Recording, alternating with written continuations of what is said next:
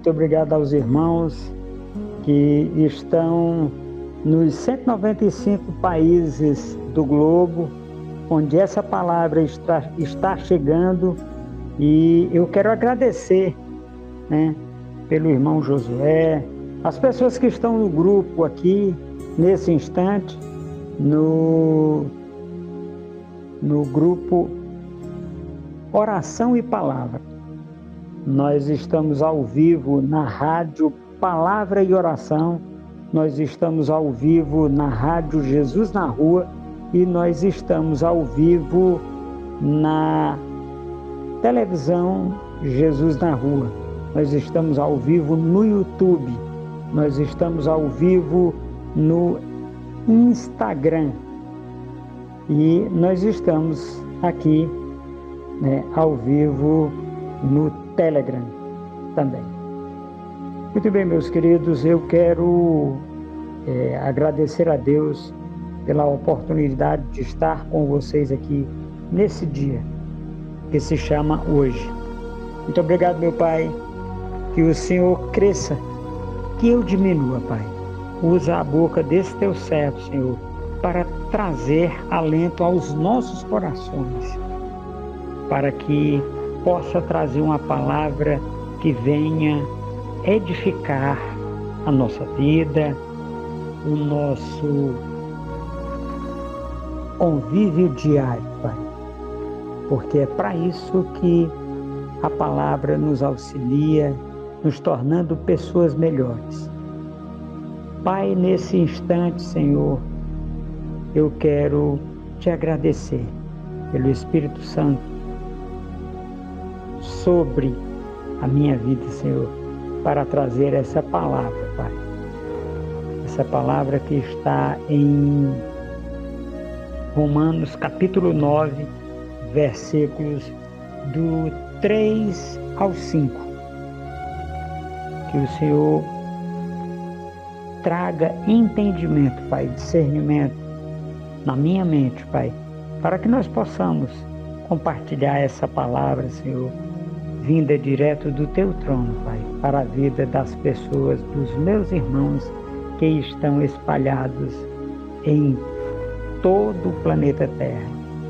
Quero mandar um alô muito especial para Ingrid, lá em Sydney, na Austrália, Ruth, lá nos Estados Unidos, Vitória, nos Estados Unidos, a Vicky, e na Espanha, o Romerito.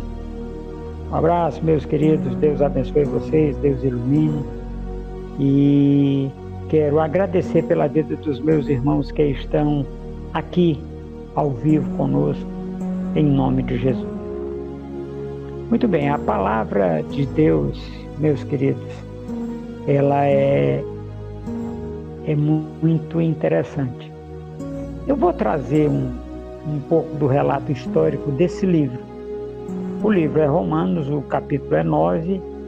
Esse livro foi escrito pelo apóstolo Paulo no ano 57 depois de Cristo. E ele tem uma característica muito interessante.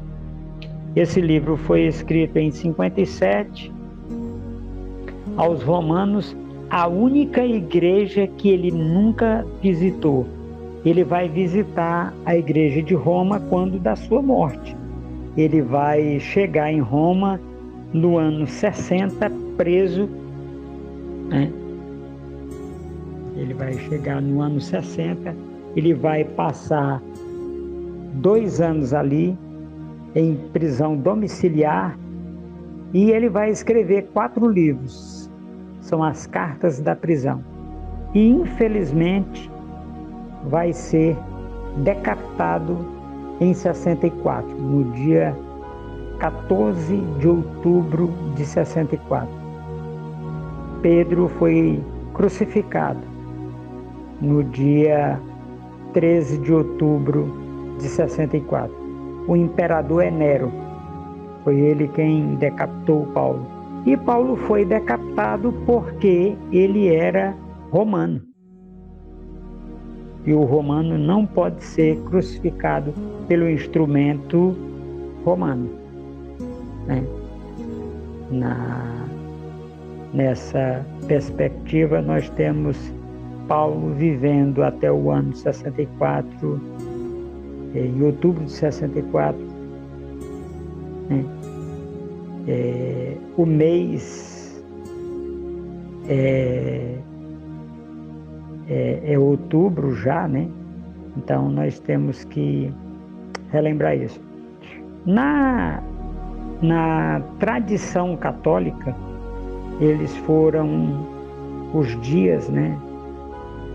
Em junho, mas não é verdade. A data da morte deles dois foi em outubro. Muito bem, meus queridos. Vencida essa etapa do relato histórico, nós vamos entender uma coisa muito interessante nesse livro. A chamada do capítulo 9 é a soberania de Deus. E nós vamos observar que a soberania de Deus, ela se dá em vários aspectos. E nós vamos trazer aqui os 7 aspectos da soberania de Deus. Amém? Glória a Deus, meus queridos. Deus abençoe, Deus ilumine, Deus traga à existência a nossa vida, este momento de comunhão da palavra, esse momento de direção do Espírito Santo e esse momento, acima de tudo, de simplicidade da minha parte, de humildade. Senhor, traz na boca desse teu servo, Senhor, desse teu filho, esta oportunidade para fazermos esta palavra. Nós estamos ao vivo na comunidade Jesus na Rua. Este é um momento de alegria, de paz, de muita prosperidade. Muito bem, meus queridos. Irmão Josué, o senhor pode fazer a leitura do versículo 3, por favor. Com certeza. Versículo 3. Porque eu mesmo desejaria ser anatema e separado de Cristo, por amor de meu irmão, meu compatriota segundo a carne. Amém. Glória a Deus. Meus queridos, a tradução que o irmão Josué está trazendo, nós temos uma tradução mais simples, e ela diz assim: anátema é amaldiçoado, é maldição. Então o apóstolo Paulo, ele começa essa carta dizendo que, se possível fosse, ele seria amaldiçoado pela oportunidade de fazer os seus irmãos, os judeus, trazerem. Vamos trazer aqui um pouquinho sobre a vida de Paulo de Tarso e Saulo de Jerusalém. Paulo, meus queridos, ele antes de se converter a Jesus Cristo, ele é judeu, ortodoxo, da seita mais ortodoxa que existe, que é o farisaísmo. O farisaísmo, meus queridos, ela começa ali no ano 210 anos antes de Cristo. Então, quando Jesus Cristo nasce, o farisaísmo já tem 210 anos.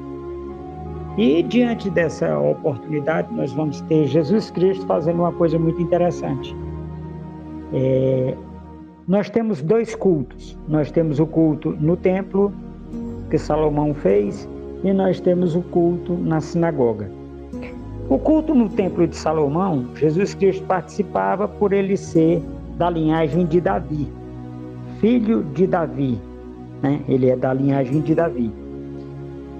E os saduceus, né? Que são os descendentes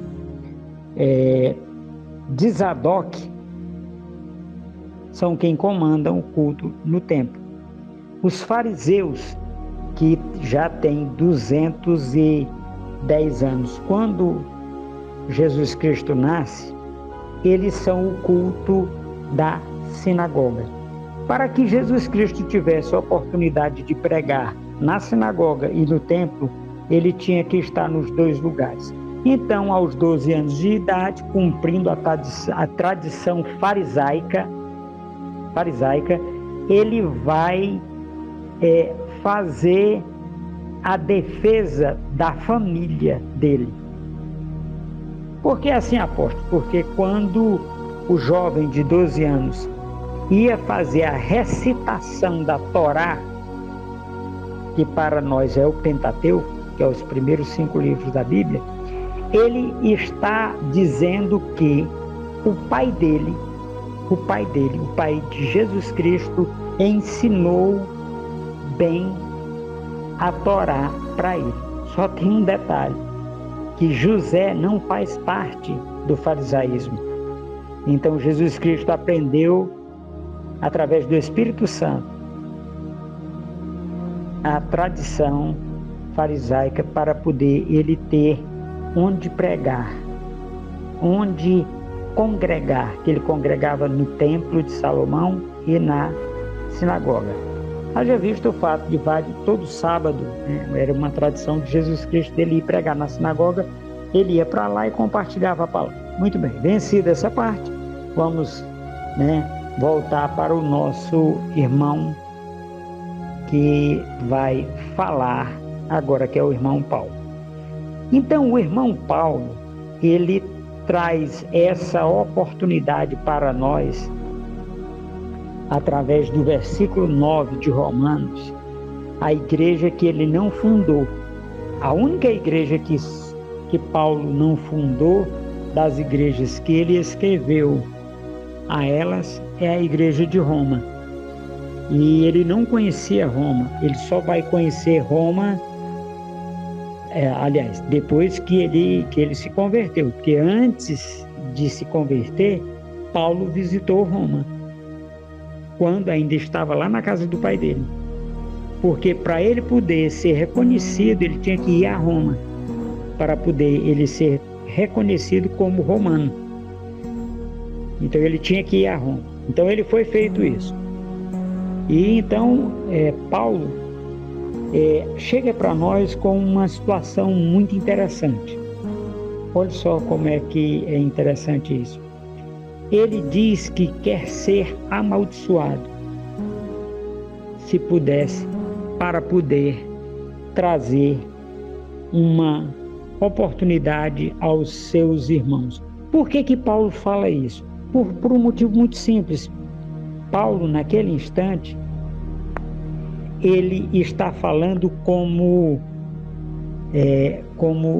fariseu, né?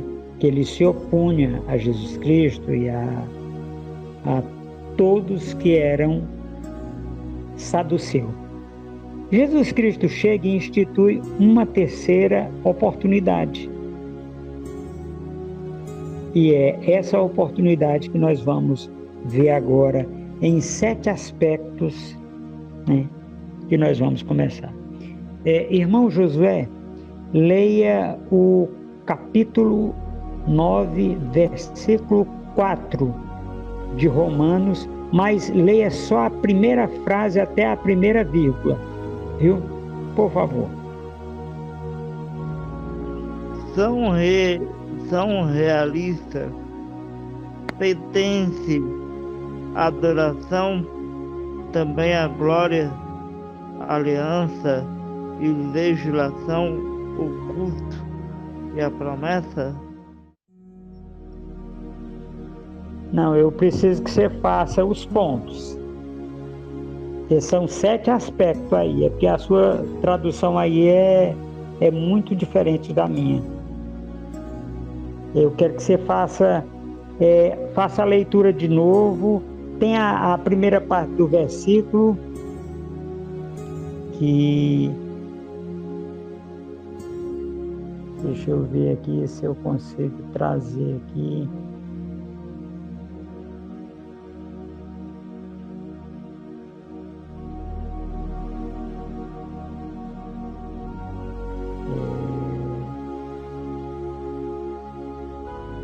Muito bem.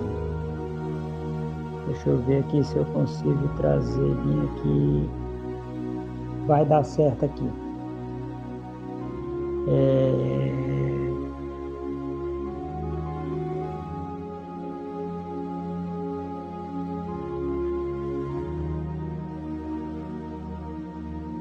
O povo de Israel, né? Povo de Israel.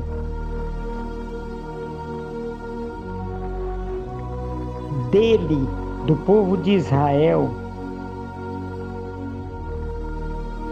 deles é a adoção de pai.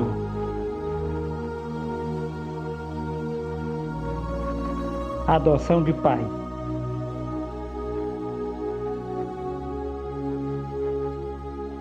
Dele, do povo de Israel, é a adoção de filhos. Como é que nós chegamos nessa adoção de filhos, meus queridos? O primeiro aspecto é a adoção. Jesus Cristo, quando veio na Terra, ele nos transportou do império das trevas para o reino do Filho do amor de Deus. E lá em João, ele disse que nós somos feitos filhos. Então, a adoção de filho na nossa vida, meus queridos, ela tem um aspecto muito importante. Por quê? Porque Jesus Cristo, na sua morte, na sua ação vicária, nos fez filhos. Nós somos adotados como filho. Aí ele diz aquela palavra em aramaico, Abba, Pai, que significa meu Pai. E diante dessa oportunidade, meus queridos, nós vamos entender todo esse aspecto da paternidade de Deus na minha e na sua vida. A pergunta que não quer calar já vai no primeiro aspecto. Você, meu querido e minha querida irmã, que está hoje ouvindo essa palavra, reconhece Deus como Pai? Você reconhece a paternidade de Deus?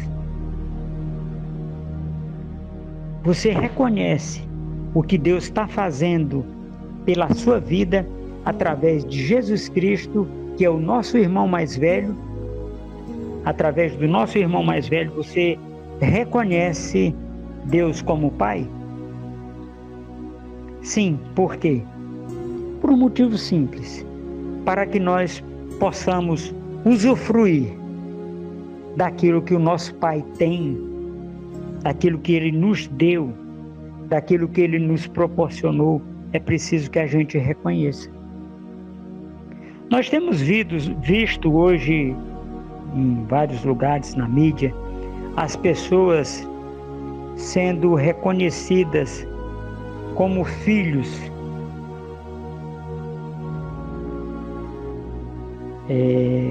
Depois de grande. O pai não reconheceu, aí foi feito um DNA e tal, essa coisa toda. Mas nós, como filhos de Deus, Você tem reconhecido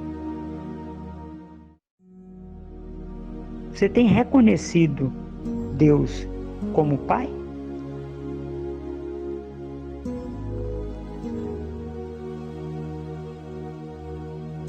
Então, meus queridos, diante dessa pergunta, a resposta é para você.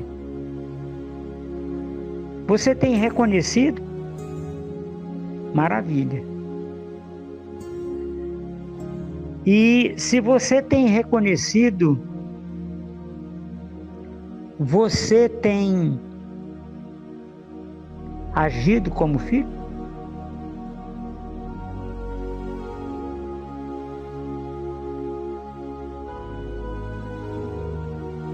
Você tem agido como filho?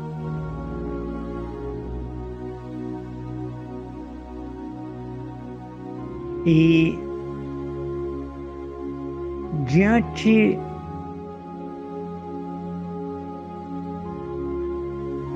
desse reconhecimento, meus queridos, nós precisamos entender uma coisa muito simples. Quando eu reconheço Deus como meu Abba,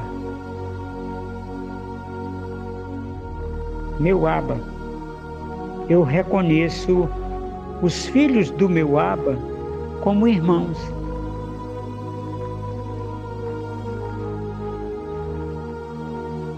Diante dessa oportunidade, meus queridos, muitas vezes nós olhamos para situações e dizemos que daquela forma aquela pessoa não está sendo. Eu não aceito que essa pessoa me trate dessa forma. Eu não aceito que isto seja desse jeito. Eu não aceito. Aí a pergunta que nós fazemos é: você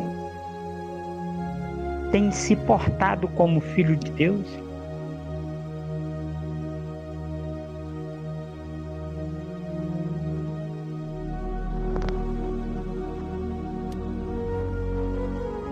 Porque tem uma situação interessante. Olha só. Segundo aspecto, deles é a glória. Deles quem? Dos judeus, que são nossos irmãos. Jesus Cristo, quando morreu na cruz do Calvário, nos deu a oportunidade de sermos feitos filhos de Deus, irmão deles. Irmão dele, Jesus, e deles, judeus. Por quê? Porque a revelação divina é dele, é do judeu. A oportunidade de pregação da palavra, que é o terceiro aspecto, é deles. Muitas vezes, meus queridos, nós queremos dizer que Jesus Cristo veio para nós, e o povo não quis ele lá em Israel, e é verdade. Isso é uma verdade. Mas nós queremos dizer que esta oportunidade foi quem nós não aceitamos, que essa oportunidade foi quem nos fez, quem nos deu a oportunidade de sermos feitos filhos de Deus. Vocês lembram aquela parábola do casamento? Aliás, a parábola da festa, que o rei mandou as pessoas irem convidar aqueles súditos do rei, e quando chegou lá, eles não aceitaram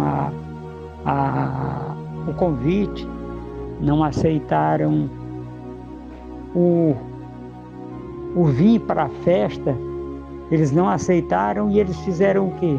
cada um comprou um trator. Um trator é uma junta de bois, né? Um comprou um trator, o outro comprou um campo, o outro comprou não sei o quê, o outro comprou tudo comprado com a bênção de quem? A bênção de Deus.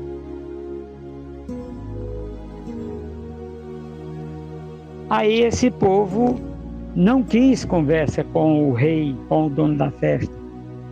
E aí aconteceu o quê? Aconteceu que por aquele povo não aceitarem ir para aquela festa, o dono da festa pegou e fez uma coisa muito simples. Ele pegou os seus súditos e mandou eles ir para os becos, para as vielas, para trazer para a festa muitos convidados. Estes somos nós. Nós somos esses convidados que a festa não foi feita para nós, mas nós fomos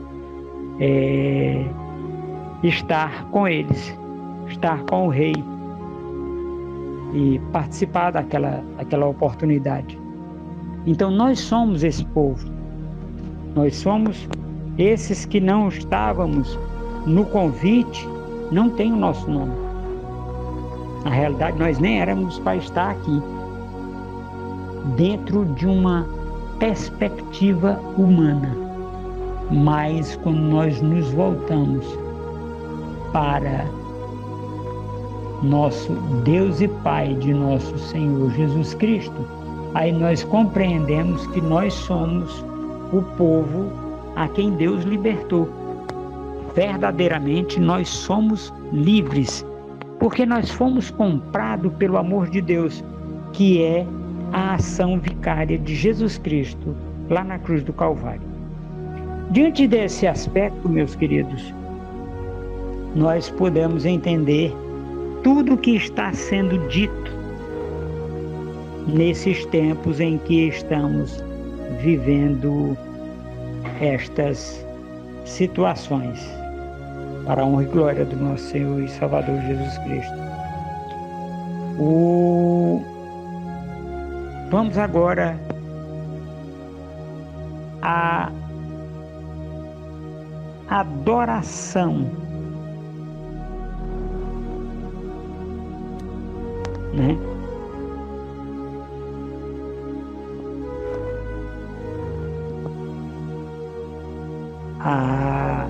O aspecto, a lei.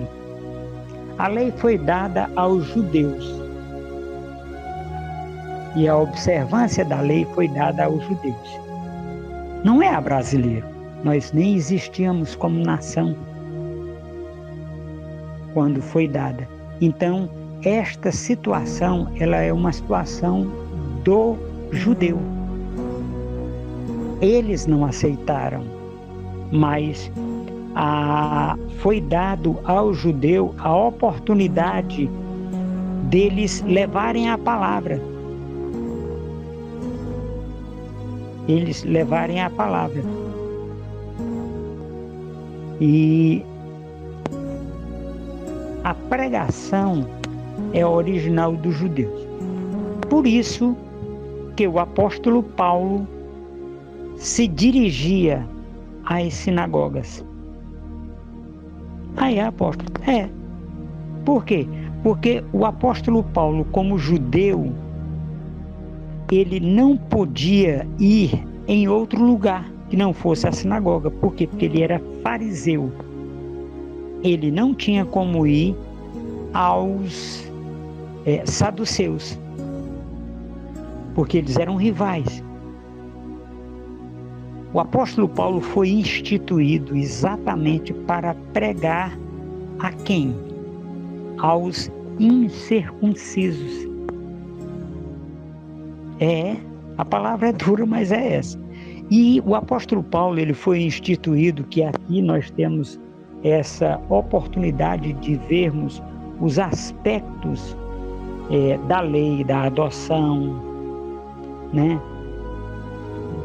Todos esses aspectos nós estamos vendo que é para o judeu, né? É para o judeu. E ele está aqui trazendo esta oportunidade exatamente diante desta situação dele, Paulo, pregando aos romanos que não eram convertidos a Jesus Cristo. Então ele vai pregar para essas pessoas. A igreja em Roma, ela vai passar a ser daqui para frente não só no aspecto físico, né, de chegar uma carta lá e tal, essa situação toda, mas a situação de Paulo depois ir visitar esta igreja. Porque os romanos, eles não eram judeus. Os romanos eram aquelas pessoas que são considerados os gentios, a nação gentílica. E dentro dessa oportunidade,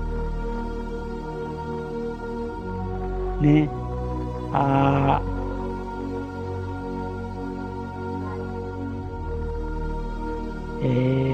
cadê o outro aspecto?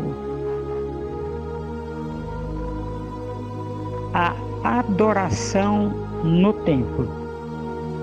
Vamos entender esta adoração no templo.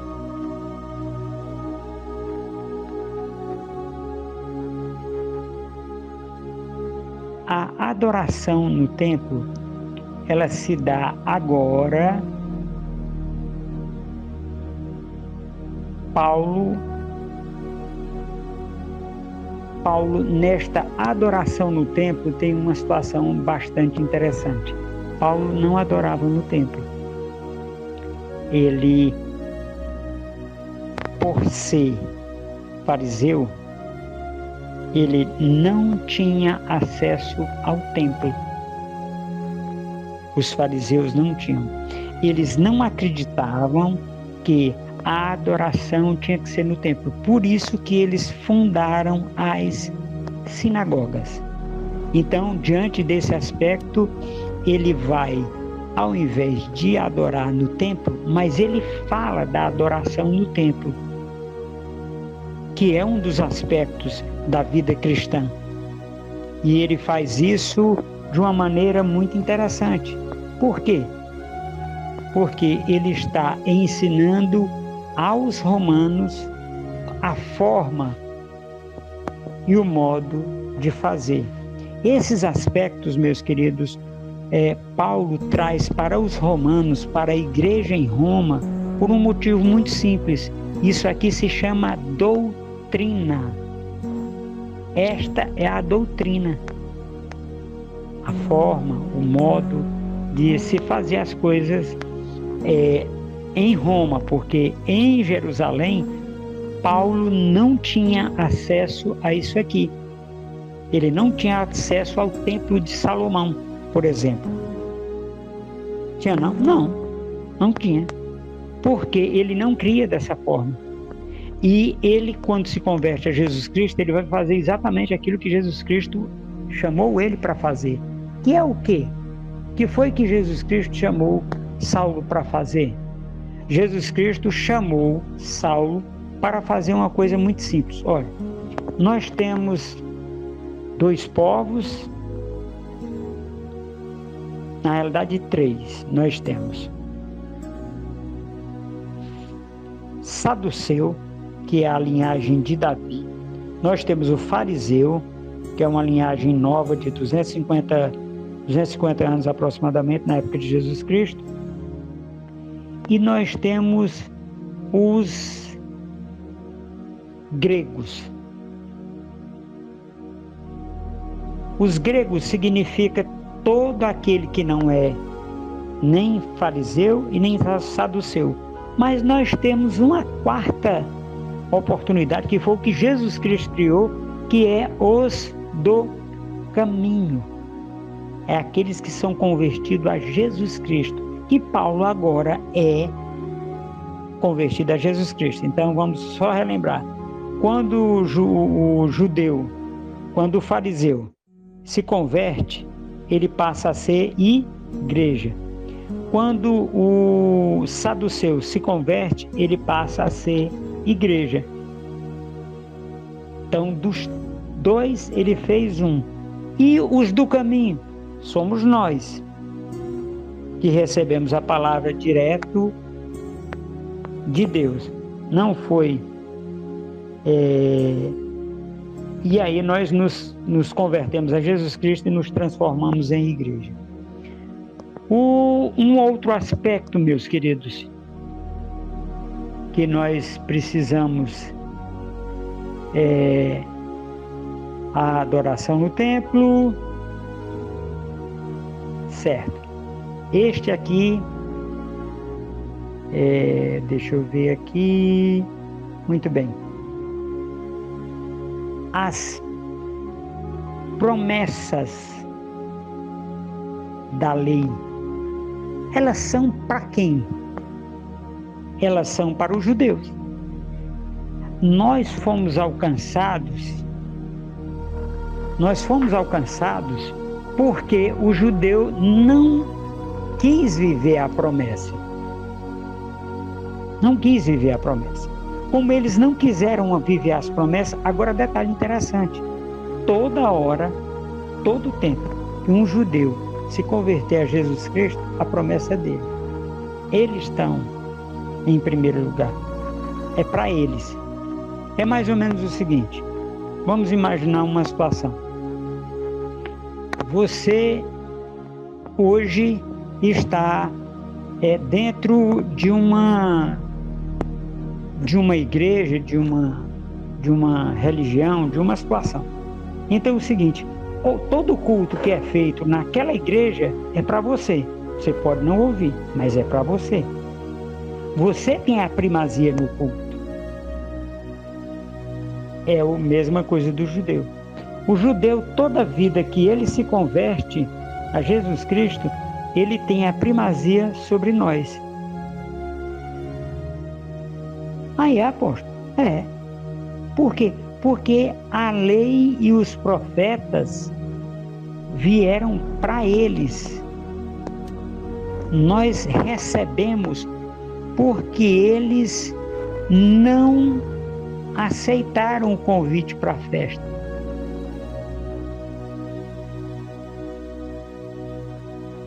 Então, diante dessa oportunidade, nós temos uma situação muito especial.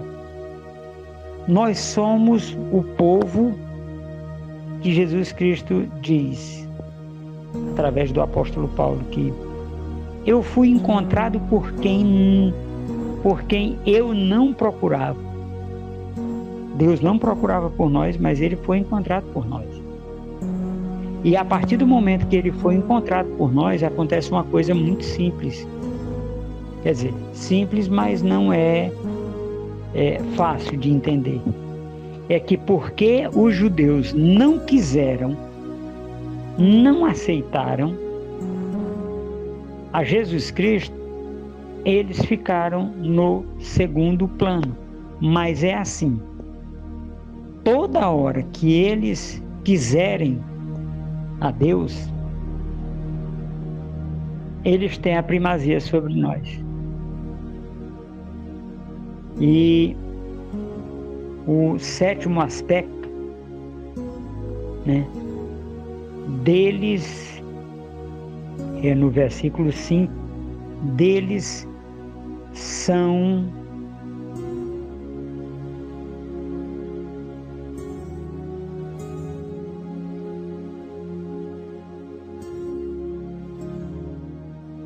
agora aqui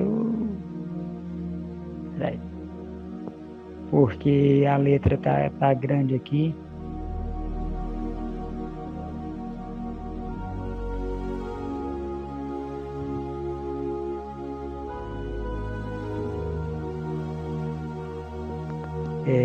Deles são os patriarcas. O que significa isso? Aí aqui nós temos um aspecto muito interessante. Deles são os patriarcas. Os patriarcas, meus queridos, eles se referem aqui em relação aos saduceus.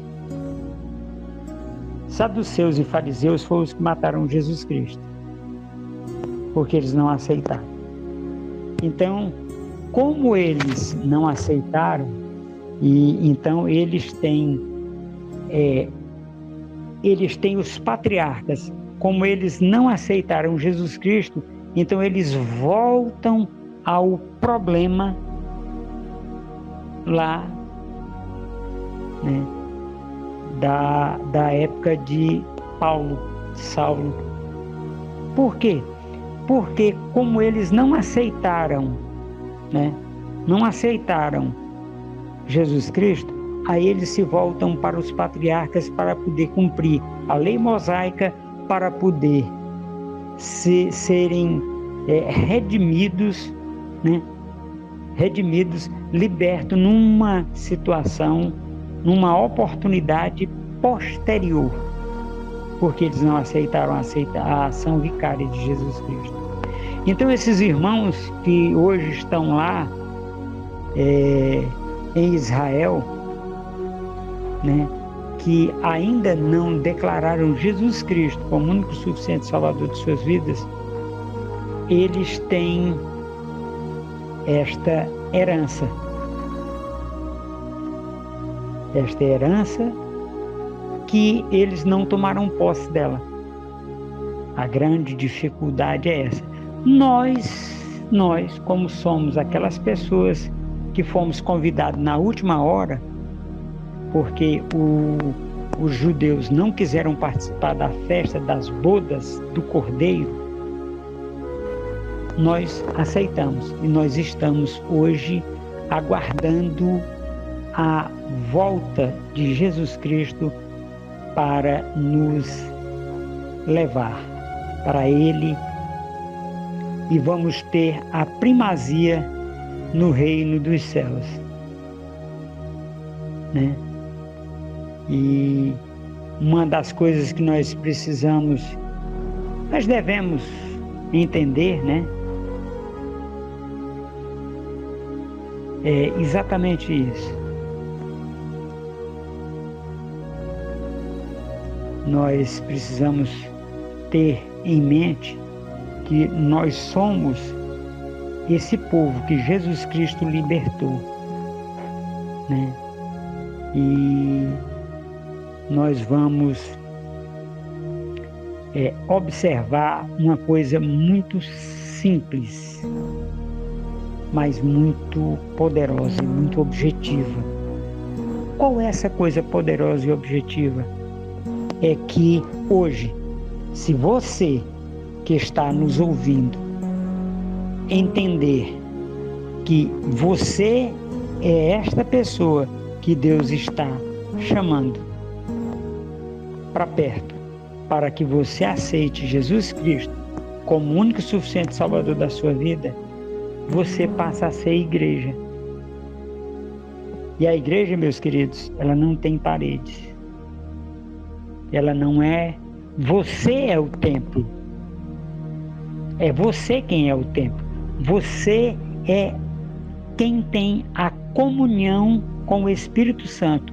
Ele está dentro de você, vivificando o seu espírito para que você possa se achegar com confiança diante do trono da graça de Deus. Esta é a oportunidade que Deus nos dá hoje para mim e para você que está nos ouvindo nos 195 países do globo, através da Rádio Jesus na Rua, e no Brasil da Rádio Palavra e Oração. E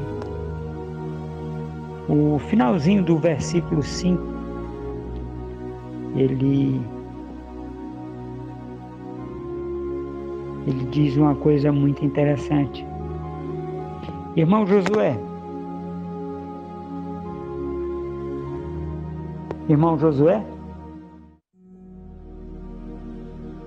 Pode falar, pastor. Leia bem aí o versículo 5, por favor. Tá ok, pastor. Deles são o patriarca, e também dele descende o Cristo, segundo a carne, qual é sobre todos o Deus, bendito para todo sempre. Amém. Glória a Deus. Olha só, dele, do judeu, aquele cara que para nós tem uma forma diferente de agir,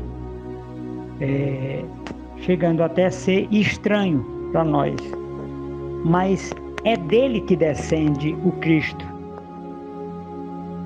que é bendito para todo sempre. O que é que significa o Cristo ser da descendência do povo judeu? Significa uma coisa muito simples, meus irmãos, que quando nós reconhecemos que Jesus Cristo é Senhor de nossas vidas, nós reconhecemos também que o povo judeu é de onde Jesus Cristo veio. Jesus Cristo, meus queridos, ele faz uma coisa muito própria de um Deus soberano e poderoso. O que é que ele faz? Ele consegue estar junto dos fariseus, pregando na sinagoga farisaica e junto dos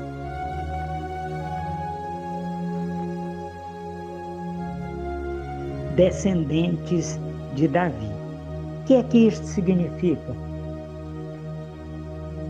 Por que que Jesus estava nos dois lugares?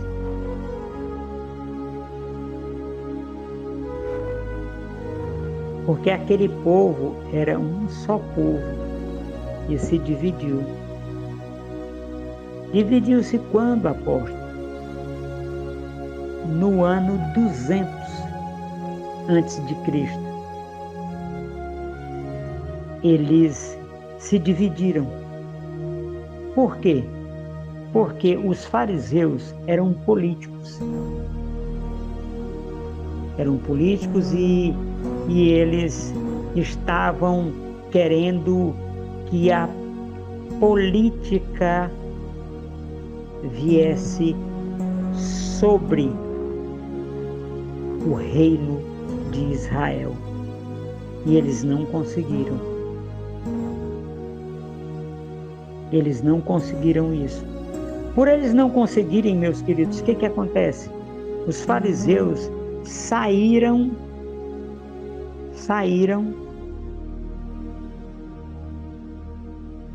deixaram de ser saduceus, que são os descendentes de Sadoc, para vir criar uma religião nova. Agora eu vou fazer um alerta sobre as pessoas que estão vivendo hoje uma situação nova. O alerta qual é? A lei farisaica lá em Israel, hoje aqui no Brasil tem muito fariseu, viu? Uma das principais características é a hipocrisia. São hipócritas. Eles falam uma coisa e vivem outra. É a hipocrisia. Será que nós não estamos vivendo como cristãos? a religião ou a seita farisaica? Sim, porque nós temos igrejas em todos os lugares, mas nós não temos uma língua única. Apóstolo, o senhor mexeu num vespeiro. Sim, eu gosto. Eu gosto de fazer as pessoas pensarem, analisarem o que estão fazendo, como estão fazendo e, acima de tudo, onde estão fazendo. Nós estamos vendo situações no nosso gigante verde e amarelo que nem de longe é saudável. São pessoas que são hipócritas. Hipócritas aonde, apóstolo? Dentro da igreja.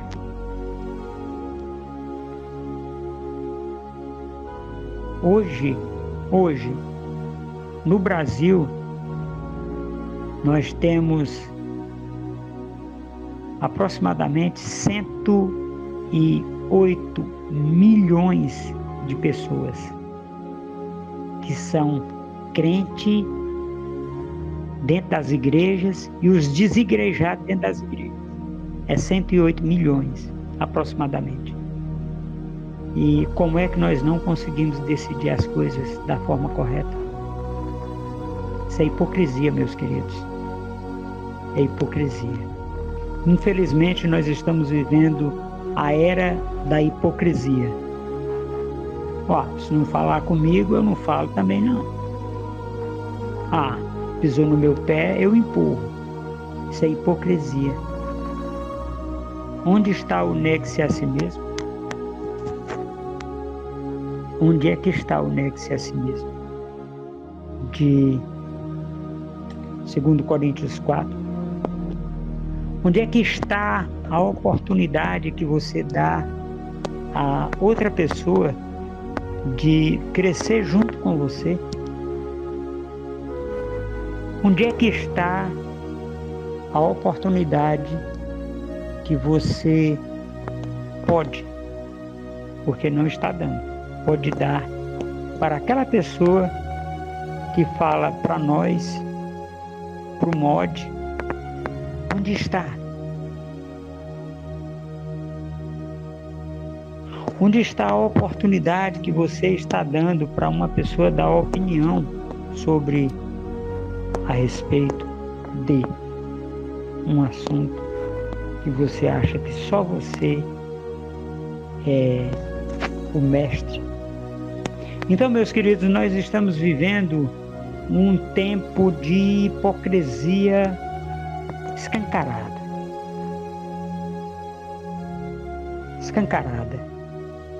Escancarada por um lado e velada pelo outro. Como assim, apóstolo?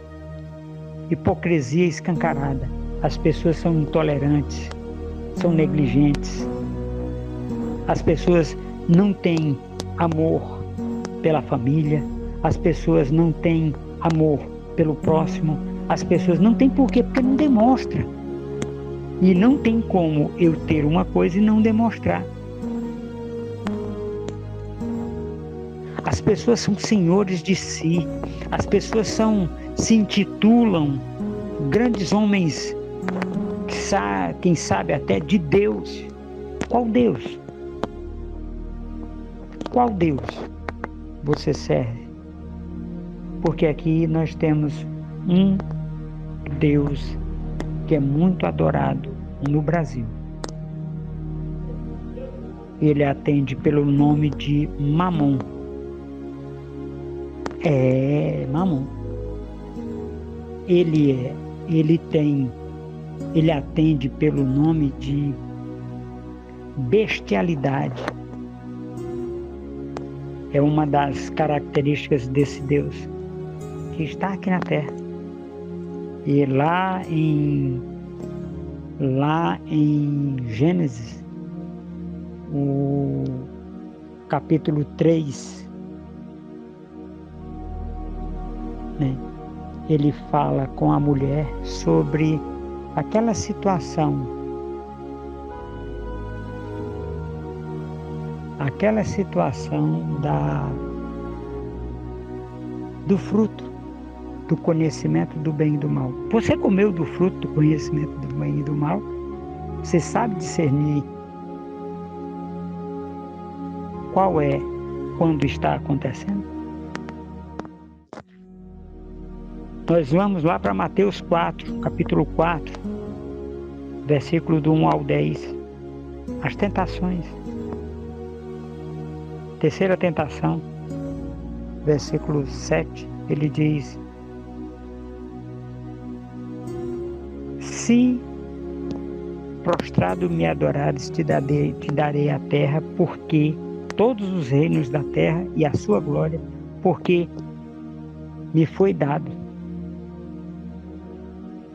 Foi dado por quem? Por Adão. Agora é o seguinte, Adão reinou sobre a vida dele e de Eva, e você reina sobre a sua vida. Você está entregando o reino, a terra, para Satanás de novo na sua vida, se enveredando pelas situações de hipocrisia, se enveredando pelas situações de adoração à criatura ao invés do Criador. Muito bem, meus queridos irmãos, eu quero agora fazer uma oração. Esta palavra, ela é na direção do Espírito Santo e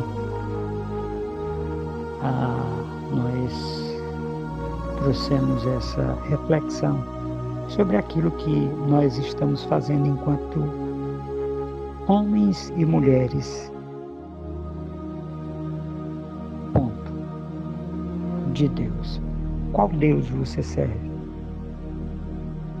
Não precisa me responder, é uma reflexão sua. Eu já estou fazendo a minha. Então, meus queridos, é preciso que a gente esteja atento. Segundo Crônicas 7,14 diz assim: eis que estarão abertos os meus olhos e atentos os meus ouvidos à oração que se fizer neste lugar. Faça uma oração. Eu vou fazer uma oração aqui pela família brasileira. Pai, em nome de Jesus, nós te agradecemos pela oportunidade de falarmos com o teu povo, que se chama pelo teu nome. E que essas pessoas, Pai, possam receber a direção segundo está escrito lá em Efésios, capítulo 1, versículo 18. Rogo-vos, pois, Pai, para que sejam abertos os olhos do entendimento dos meus irmãos e irmãs ao redor do globo, ao redor do planeta. Mas, acima de tudo, Pai, nós temos situações a resolver no Brasil e nós precisamos dessa resolutividade na vida dos teus filhos, Pai, em nome de Jesus, Pai. Que a família, Pai, seja fortalecida nesse tempo, Senhor. Que a família seja restaurada, que a família seja agradecida a Deus pelo que o Senhor está fazendo, Pai, nas nossas vidas, Senhor. Que nós possamos te agradecer e te engrandecer o nome, Pai, através de orações sinceras e honestas.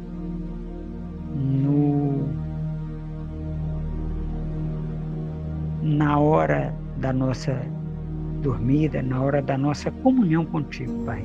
Em nome de Jesus, Pai, eu te agradeço, Senhor, porque teu é o poder e a glória para todo sempre. Amém. Amém, meus queridos irmãos. Glória a Deus. Muito obrigado por vocês terem permanecido aqui junto conosco nessa pegada de fé e de esperança. E eu quero já agradecer a vocês por esse momento. Muito obrigado, meus irmãos. Deus abençoe, Deus ilumine a cada um que ouve essa palavra, ou ao vivo como estamos agora, ou num momento posterior, em cada uma dessas plataformas que nós falamos aqui. Muito obrigado, meus queridos. Deus abençoe, Deus ilumine, Deus traga à existência na vida de vocês essa reflexão para que nós possamos mudar a história das nossas vidas, em nome de Jesus Cristo de Nazaré. Amém.